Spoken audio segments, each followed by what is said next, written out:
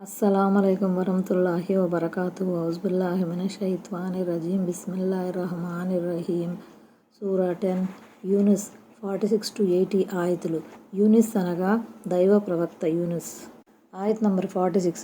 మేము వారికి వాగ్దానం చేస్తున్న దానిలో ఎంతో కొంత నీకు చూపించినా లేక అది పొడసూపక ముందే మేము నీకు మరణం ఒసగినా ఏం జరిగినా సరే వారు ఎలాగూ మా వద్దకు రావలసిన వారే. అదీగాక వారి చేష్టలన్నింటికీ అల్లా సాక్షిగా ఉన్నాడు. ఒకవేళ ఈ తిరస్కారులు కూడా తమ తిరస్కార వైఖరిపై ముండికేస్తే గత సమాజాల మాదిరిగా వీళ్లపై కూడా దైవాగ్రహం విరుచుకుపడటం ఖాయమని ఈ ఆయతులో చెప్పబడింది. ఓ ప్రవక్త, నువ్వు బ్రతికి ఉండగానే కొన్ని శిక్షలు మేము ఈ తిరస్కారులకు విధించవచ్చు. తద్వారా నీ కంటికి చలువ లభిస్తుంది. ఒకవేళ ఆ శిక్షను వారు చవి చూడకముందే మేము నిన్ను లేపుకున్నా చింతించవలసిన పని లేదు. ఎందుకంటే వారు మా వద్దకు రాక తప్పదు. వారి చిట్టాపద్దులన్నీ మా వద్ద ఉన్నాయి. అప్పుడు వాళ్ళు మా పట్టు నుంచి ఎలా తప్పించుకోగలుగుతారు? ఇహలోకంలో వారు మా ప్రణాళికను అనుసరించి ఒకవేళ తప్పించుకోగలిగినా పరలోకంలో మాత్రం మా శిక్ష నుండి సుతరాము తప్పించుకోలేరు. ఎందుకంటే విధేయులకు బహుమానం వసగి అవిధేయులను దండించటమే ప్రళయదినం ముఖ్యోద్దేశం. ఆయత్ నంబర్ 47. ప్రతి సమాజానికి ఒక ప్రవక్త ఉన్నాడు. కాబట్టి వారి ప్రవక్త వారి వద్దకు వచ్చేసినప్పుడు వారి వ్యవహారంలో న్యాయబద్ధంగా తీర్పు చేయబడుతుంది. వారికి ఎలాంటి అన్యాయం జరగదు. దీనికి 2 అర్థాలున్నాయి. ఒకటేమంటే మేము ప్రతి జాతిలోనూ ప్రవక్తను పంపిస్తాము. సందేశాన్ని అందజేసే తన కర్తవ్యాన్ని ప్రవక్త నెరవేర్చిన పిదప మేము వారి మధ్య న్యాయంతో కూడుకున్న తీర్పు చేస్తాము. అంటే దైవ ప్రవక్తను అతన్ని విశ్వసించిన వారందరినీ కాపాడి ధిక్కరించిన వారిని నాశనం చేస్తాము. ఎందుకంటే ప్రవక్తను పంపించకముందే ప్రజలను శిక్షించడం మా సంప్రదాయం కాదు. సూరా బనీ ఇజ్రాయిల్ 15.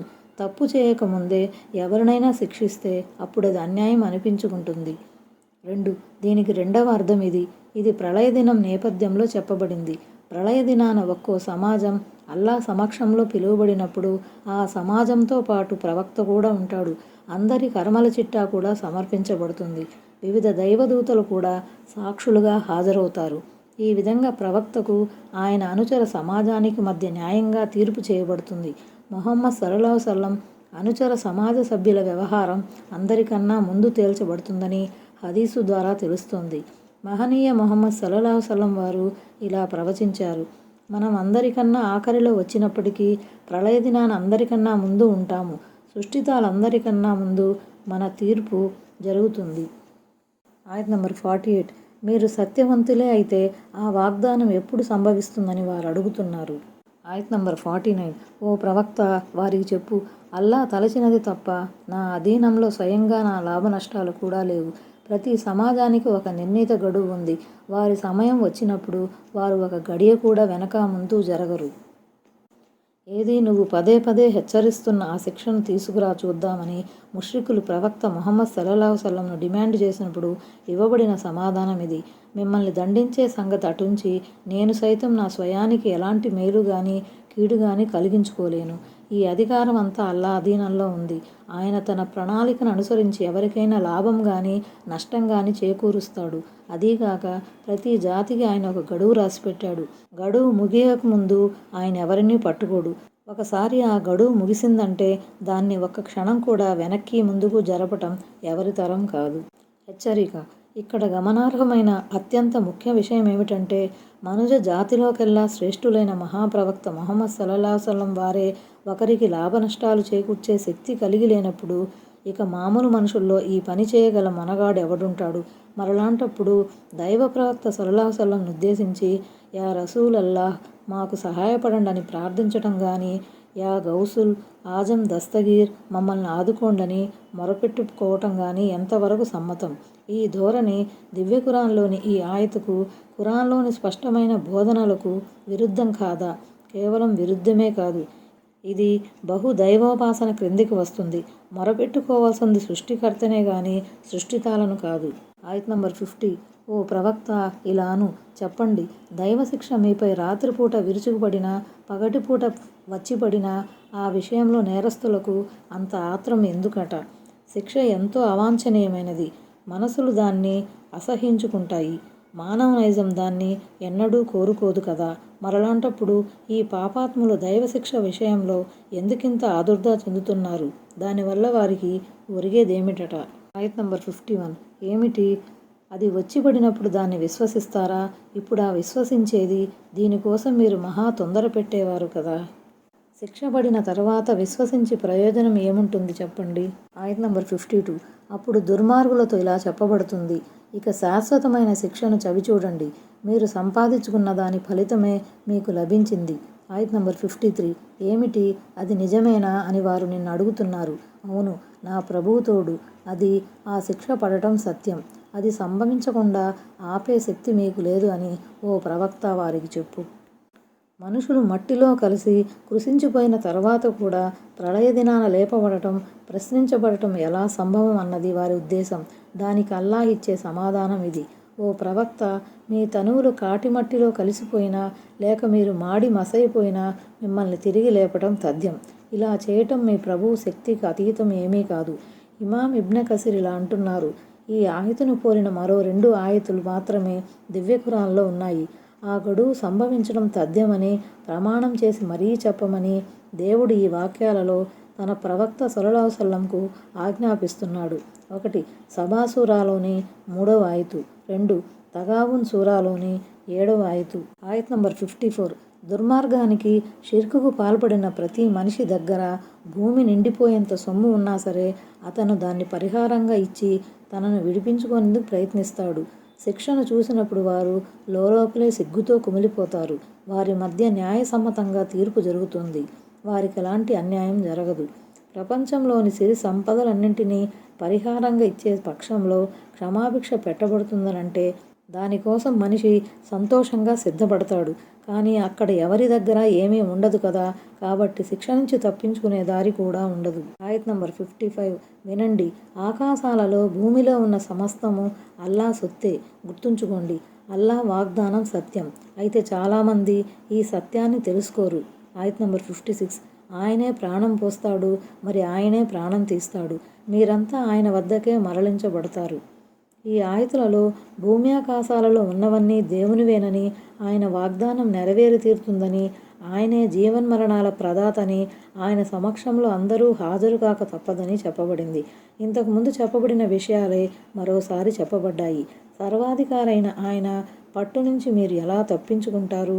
ఆయన నిర్ధారించిన లెక్కల గడియను మీరు ఎలా దాటిపోగలుగుతారు అని చెప్పటం దీని ఉద్దేశం. ఆయత్ నంబర్ 57. ప్రజలారా, మీ ప్రభువు తరపు నుంచి మీ దగ్గరకు హితోపదేశం వచ్చింది. అది హృదయాలలో ఉన్న వ్యాధుల నుంచి స్వస్థత నొసగేది. నమ్మేవారి కోసం మార్గదర్శకం, కారుణ్యం. మనస్ఫూర్తిగా దివ్య ఖురాన్ను పారాయణం చేసేవారి కొరకు, దాని లోతుల్లోకి పోదలచే వారి కొరకు అది నిస్సందేహంగా హితబోధిని. బోధకుడు వైద్యుని లాంటివాడు.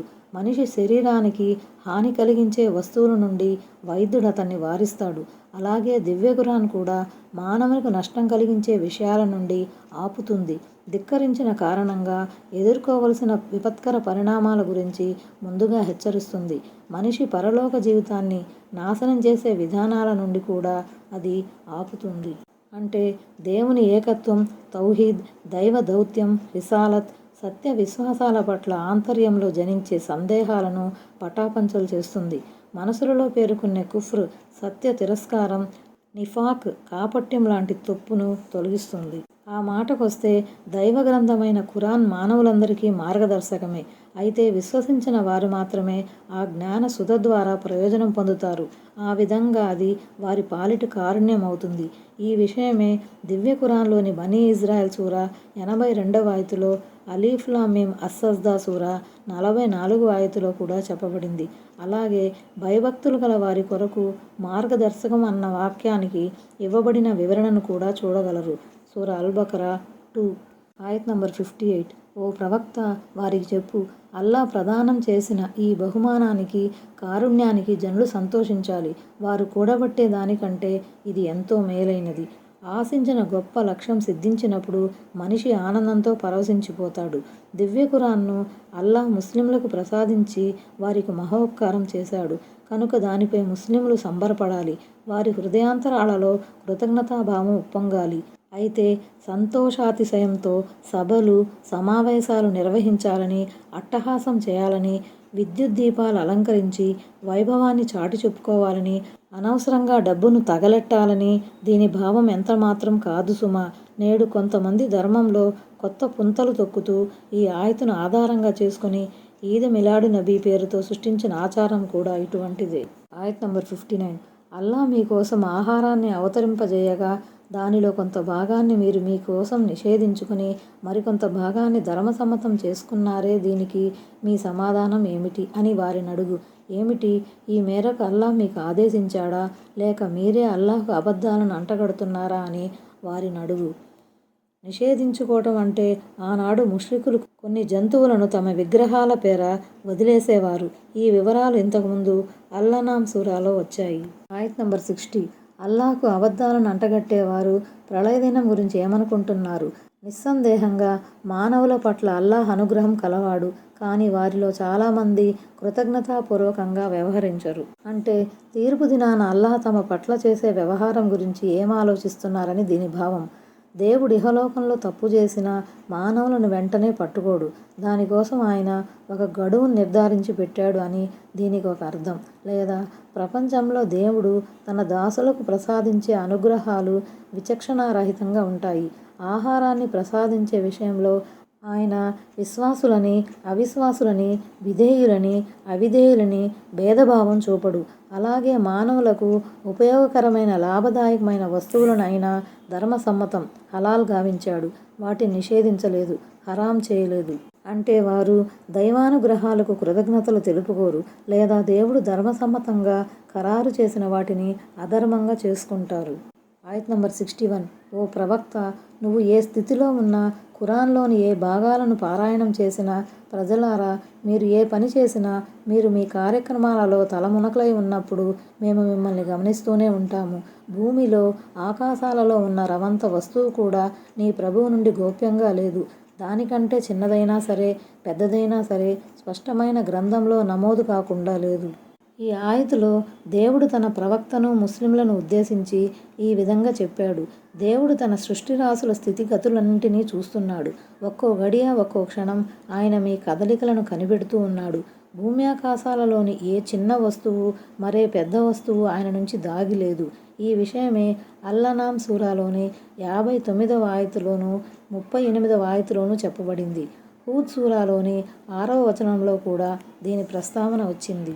ఆయత్ నంబర్ 62. వినండి, అల్లాహ్ స్నేహితులకు భయము గాని, దుఃఖం గాని ఉండదు. అవిధేయుల గురించి చెప్పిన తరువాత అల్లాహ్ తనకు ప్రియతములైన విధేయుల గురించి చెబుతున్నాడు. వారు అల్లాహ్కు ప్రియతములు, ఔలియా అల్లాహ్. ఔలియా అనే పదం వలి అనే పదానికి బహువచనం. నిఘంటువు పరంగా వలి అంటే సన్నిహితుడని అర్థం.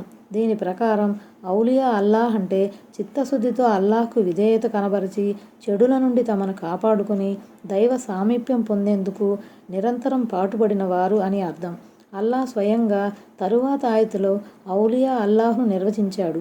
వారు విశ్వసించడంతో పాటు తన పట్ల భయభక్తుల విధానాన్ని కలిగి ఉంటారని వివరించాడు.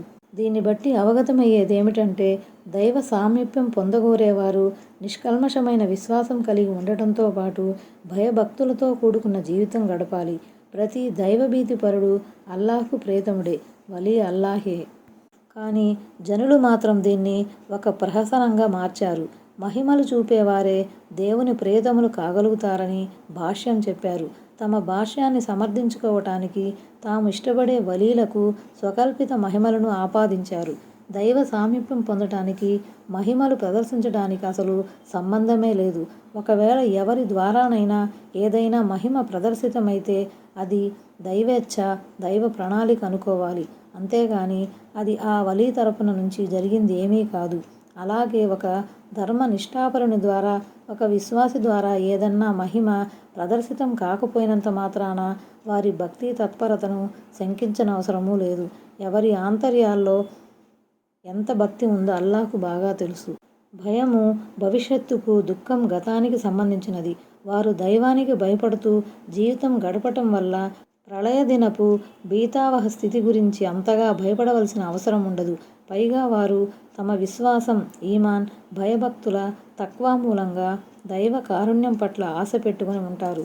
దైవానుగ్రహం తమపై ఉంటుందన్న భరోసా వారికి ఉంటుంది.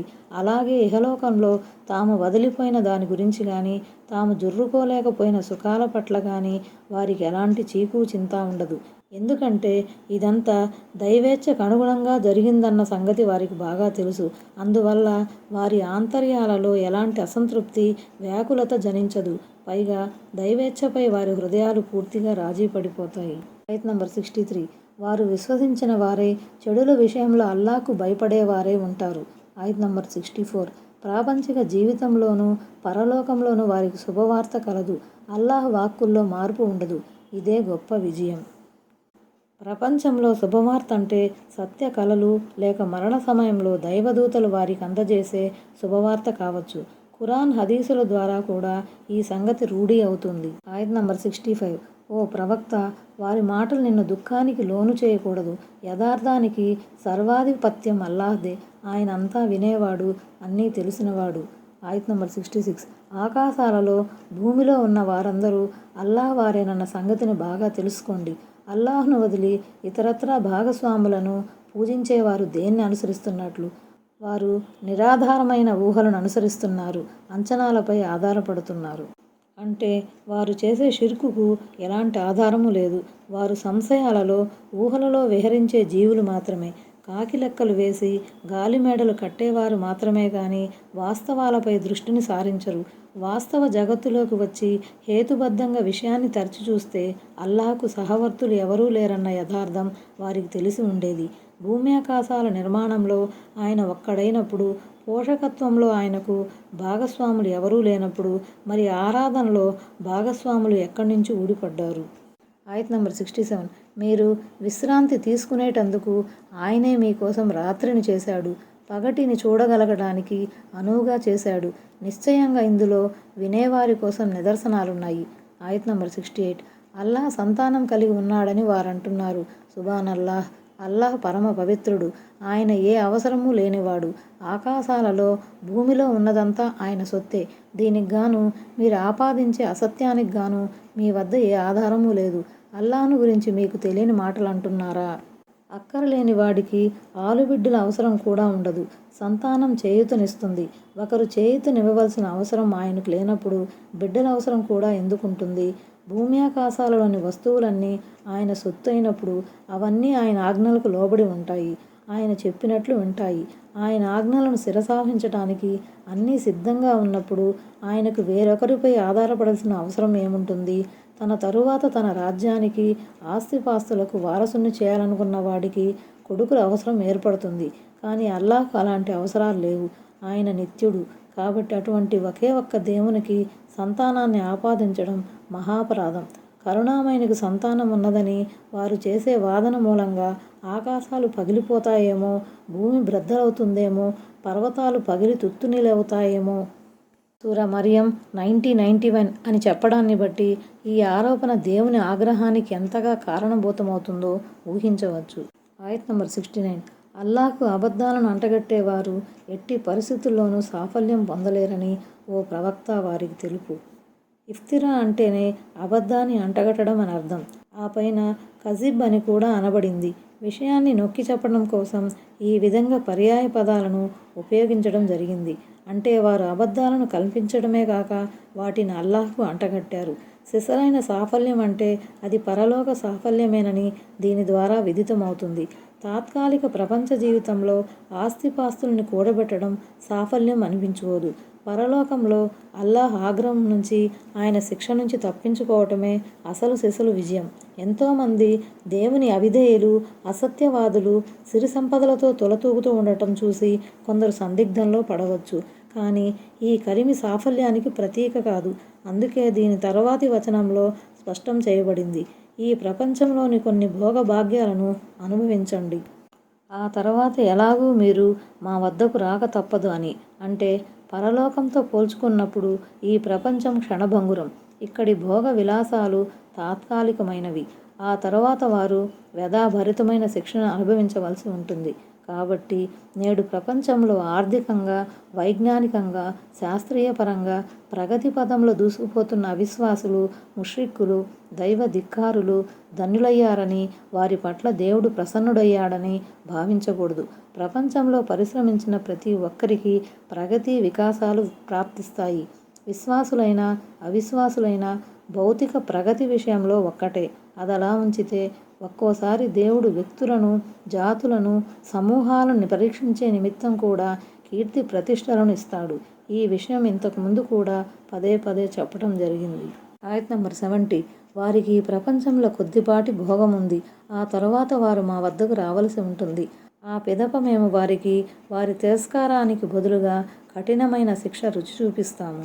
ఆయత్ నంబర్ 71. నువ్వు వారికి నూహ్ అలైహిస్సలాం గాథను వినిపించు. అప్పుడు అతను తన జాతి వారితో, ఓ నా జాతి వారలారా, నేను మీ మధ్య ఉండటం, దైవాజ్ఞలను ఉపదేశించడం మీకు సఖ్యం కాకపోతే పోనివ్వండి. నేను మాత్రం అల్లాహ్నే నమ్ముకున్నాను. మీరు మీ భాగస్వాములతో కలిసి మీ వ్యూహం విషయంలో గట్టి నిర్ణయానికి రండి. ఆ పిదప మీ వ్యూహరచన మీలో ఎలాంటి శంకకు కారణం కాకూడదు. ఆ పైన నా విషయంలో ఏం చేయాలనుకున్నారో చేయండి. నాకు గడువు ఇవ్వాల్సిన అవసరం కూడా లేదు అని అన్నాడు. అంటే నాకు వ్యతిరేకంగా మీరు పన్నబోయే కుట్రలో మీ చిల్లర దేవుళ్ళు కూడా తోడ్పడతారని మీరు అనుకుంటే వారిని కూడా మీతో చేర్చుకోండి. అరబ్బీలో గుమ్మతన్ అని ఉంది. పైన ఆయతులో దాన్ని శంక, అనుమానం అని తర్జుమా చేయటం జరిగింది. ఈ పదానికి దాపరికం, అస్పష్టత అనే అర్థాలు కూడా ఉన్నాయి. దాని ప్రకారం పై ఆయతుకు భావం ఇలా వస్తుంది: మీరు నాకు వ్యతిరేకంగా జరిపే పన్నాగం చాలా స్పష్టంగా ఉండాలి. ఈ విషయంలో ఏమాత్రం దాపరికానికి ఆస్కారం ఉండకూడదు. ఆయత్ నంబర్ 72. అప్పటికీ మీరు విముఖత చూపితే నేను మీ నుండి ఎలాంటి ప్రతిఫలం కోరలేదు. నాకు ప్రతిఫలం ఇచ్చే బాధ్యత కేవలం అల్లాహ్ది. ముస్లింగా ఉండాలని నాకు ఆదేశించబడింది. ఈ సందేశాన్ని అందజేసి మీ నుంచి డబ్బును గుంజాలని చూస్తున్నాడని ఒకవేళ అనుకుంటున్నారేమో. నాకు మీ ప్రతిఫలం ఏమీ అక్కర్లేదు. నాకు ప్రతిఫలాన్ని ఇచ్చే బాధ్యతను అల్లాహ్ తీసుకున్నాడు. మీ శ్రేయోభిలాషిగా మాత్రమే మీకు ఈ సందేశాన్ని అందజేస్తున్నాను. దైవ ప్రవక్త హజరత్ నూహ్ అలైహిస్సలాం గారి ఈ మాటల ద్వారా స్పష్టమయ్యేదేమిటంటే, దైవ ప్రవక్తలందరూ అందజేసిన ధర్మం ఇస్లాం ధర్మమే. వారు ప్రవేశపెట్టిన షరియతులు, అవలంబించిన విధానాలు అనేకం ఉన్నప్పటికీ మూలధర్మం మాత్రం ఒక్కటే, అదే ఇస్లాం. అల్-మాయిదా సూరాలోని 48వ వచనం ద్వారా కూడా ఈ విషయం విదితమవుతుంది. ఈ విషయాన్ని మరింత విపులంగా తెలుసుకునేందుకు దివ్య ఖురాన్లోని ఈ ఆయతులను కూడా అధ్యయనం చేయగలరు. అన్నమ్ల్ సూరా 91వ ఆయతు, అల్ బకరా సూరా 131, 132 ఆయతులు, యూసుఫ్ సూరా 101, యూనుస్ సూరా 84, అల్-అరాఫ్ సూరా 126, అన్నమ్ల్ సూరా 44, అల్-మాయిదా సూరా 44 మరియు 111 ఆయతులు, అల్-అన్ఆమ్ సూరా 162, 163. ఆయత్ నంబర్ 73. అయినా వారు అతన్ని ధిక్కరిస్తూనే ఉన్నారు. అందుచేత మేము అతన్ని, అతనితో పాటు ఓడలో ఉన్న వారిని కాపాడాము, వారిని వారసులుగా చేశాము. మా ఆయతులను, అసత్యాలను త్రోసిపుచ్చిన వారిని ముంచివేశాము. చూడు, హెచ్చరించబడిన వారికి ఏ గతి పట్టిందో. ఎంతకాలం ఉపదేశించినా నూహ్ జాతి ప్రజలు తమ ధిక్కార వైఖరిని మానుకోలేదు. అందువల్ల అల్లాహ్ ప్రవక్త నూహ్ను, ఆయన్ని విశ్వసించే వారిని ఓడలో కూర్చోబెట్టి వారిని కాపాడాడు. మిగిలిన ధిక్కారులందరినీ ఉప్పెనలో ముంచివేశాడు. ఆఖరికి అవిధేయుడైన నూహ్ కుమారుణ్ణి కూడా వదిలిపెట్టలేదు. ఈ ఉప్పెన బారి నుండి కాపాడబడిన విధేయులను వారి పూర్వీకులకు వారసులుగా చేశాడు. ఆ తరువాత మానవజాతి మనుగడ వీళ్ల ద్వారానే సాగింది. ముఖ్యంగా దైవ ప్రవక్త నూహ్కు చెందిన 3 కుమారుల ద్వారా మానవ పరంపర ముందుకు సాగింది. అందుకే హజ్రత్ నూహ్ అలైహిస్సలాంను మరొక ఆదమ సానీగా అభివర్ణిస్తూ ఉంటారు. ఆయత్ నంబర్ 74. మరి నూహ్ అలైహిస్సలాం అనంతరం మేము అనేక మంది ప్రవక్తలను వారి జాతుల వద్దకు పంపాము. వారు తమ జనుల వద్దకు స్పష్టమైన నిదర్శనాలను తీసుకువచ్చారు. కానీ వారు మొదట్లో ధిక్కరించిన విషయాన్ని మళ్ళీ అంగీకరించడం అన్నది జరగనేలేదు. ఈ విధంగా మేము హద్దుమీరి పోయేవారి హృదయాలపై సీలు వేసేస్తాము. వారు తీసుకువచ్చిన సూచనలు ఎంత స్పష్టమైనవంటే మంచి మనసు ఉన్నవారెవరూ వాటిని చూసిన తర్వాత ప్రవక్తల మాటను తిరస్కరించరు. కానీ ఆయా జాతుల వారు దైవ ప్రవక్తల సందేశాన్ని ఖాతరు చేయలేదు. మొదట ప్రవక్తలు వచ్చి దైవ సందేశం వినిపించినప్పుడు వారు ముందు వెనుక ఆలోచించకుండా ఒక్కసారిగా త్రోసిపుచ్చారు. ఒకసారి త్రోసిపుచ్చిన తర్వాత మళ్ళీ దానిపై పునఃపరిశీలన చేయటానికి, ఒకవేళ పునఃపరిశీలన జరిపినా దాన్ని అంగీకరించడానికి వాళ్లకు అహం అడ్డుపడింది. తత్ఫలితంగా వారు శాశ్వతంగా విశ్వాస భాగ్యానికి దూరమైపోయారు. అంటే మునుపటి జాతుల వారి ధిక్కార వైఖరి కారణంగా వారి హృదయాలపై ఎలా ముద్ర పడిపోయిందో అలాగే భవిష్యత్తులో కూడా దైవ ప్రవక్తలను త్రోసిపుచ్చి దైవ వచనాలను ధిక్కరించిన వారి హృదయాలపై సీలు పడుతుంది. తమ పూర్వీకుల మాదిరిగానే వారు కూడా సన్మార్గానికి నోచుకోకుండా పోతారు. ఆయత్ నంబర్ 75. మరి ఆ ప్రవక్తల తరువాత మేము మూసాను, హారూన్ను ఫిరౌను వద్దకు, అతని సర్దారుల వద్దకు మా సూచనలను ఇచ్చి పంపాము. కానీ వారు అహంకారం ప్రదర్శించారు. వారు అపరాధ జనులు. ప్రత్యేకంగా ఎవరి పేరు తీసుకోకుండా అనేక మంది ప్రవక్తల గురించి చెప్పిన తరువాత మూసా, హారూను అలైహిస్సలాంలను పేరు పెట్టి ప్రస్తావించడం గమనార్హం. వారి ప్రాముఖ్యత, గొప్పదనాల దృష్ట్యా వారిని ప్రత్యేక రీతిలో ప్రస్తావించడం జరిగి ఉండవచ్చు. దైవ ప్రవక్త మూసా అలైహిస్సలాం తీసుకువచ్చిన ఈ మహిమలను ముఖ్యంగా బనీ ఇజ్రాయెల్ సూరా 101వ ఆయతులో ప్రస్తావించబడిన 9 స్పష్టమైన నిదర్శనాలను. అప్పటికే వారు నేరాలకు, పాపాలకు అలవాటు పడిపోయి ఉన్నారు. అందువల్ల దేవుడు పంపిన నిదర్శనాలను తేలిగ్గా కొట్టిపారేయడానికి వారేమాత్రం జంకలేదు. ఎందుకంటే ఒక నేరం మరో నేరానికి మార్గం సుగమం చేస్తుంది. చెడు చేస్తున్నప్పుడు మనసులో ఏ కోసాన భక్తి, భయము ఉండదు. ఫిరౌన్ జనులు అప్పటికే దుర్మార్గంలో బహుదూరం వెళ్ళి ఉండటం వల్ల మూసా అలైహిస్సలాం సందేశాన్ని త్రోసిపుచ్చడానికి ఏమాత్రం తడబడలేదు. ఆయత్ నంబర్ 76. అటు పిమ్మట మా వద్ద నుంచి వారికి సత్యబద్ధమైన నిదర్శనం చేరగా వారిది పచ్చి మంత్రజాలం అని అన్నారు.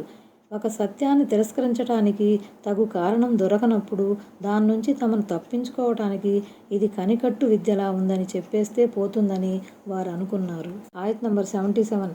ఏమిటి? సత్యంతో కూడుకున్న నిదర్శనం మీ వద్దకు వచ్చేసిన తర్వాత దాని గురించి ఇలాంటి మాటలు అంటారా? ఇది మంత్రజాలమా? మంత్రజాలం చేసేవారు సఫలీకృతులు కాలేరని మూసా అలైహిస్సలాం చెప్పాడు. కాస్త ఆలోచించండి. సత్యవాక్కును, ప్రబల నిదర్శనాలను మీరు కనికట్టుగా చిత్రీకరిస్తారా? ఇది మీకు ఇంద్రజాలంగా కనిపిస్తుందా? ఇంద్రజాలికులు ఎన్నడూ లక్ష్యం సాధించలేరు తెలుసా?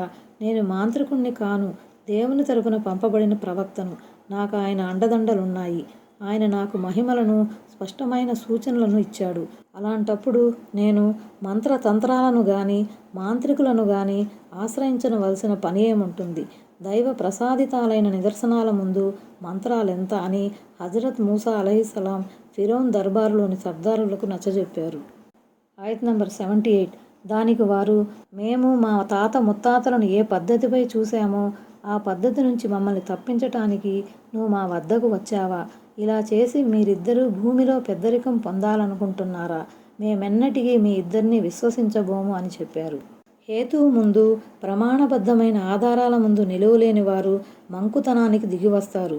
తమ వైఖరిపై ముండికేస్తూ నోటికొచ్చినది వాగుతారు. ఫిరౌను దర్బార్లోని పెద్దలు కూడా అదే చేశారు. మా తాత ముత్తాతల మతాచారాల నుండి మమ్మల్ని తొలగించదలుస్తున్నావా?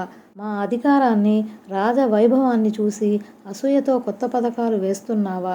మా పదవులను మా నుండి కొల్లగొట్టి వాటిని నువ్వు, నీ సోదరుడు ఆక్రమించుకోదలుస్తున్నారా? అందుకే మేము నీ మాటను నమ్మము పో అని ఎడాపెడా వాగి దైవ ప్రవక్తను ఓడించే ప్రయత్నం చేశారు. ఆ విధంగా పూర్వీకుల అందానుసరణ, ప్రాపంచిక పదవుల వ్యామోహం సత్య స్వీకారంలో వారికి అవరోధంగా నిలిచాయి. ఆ తరువాత ఫిరౌన్ చక్రవర్తి సుప్రసిద్ధ ఇంద్రజాలికులను పిలిపించాడు. ఆ తాంత్రికులకు మూసాకు మధ్య పోటీ జరిగింది. ఇంతకుముందు అల్-అరాఫ్ సూరాలో ఈ పోటీ గురించి వివరంగా చెప్పబడింది. తాహా సూరాలోనూ ఈ విషయం రానున్నది.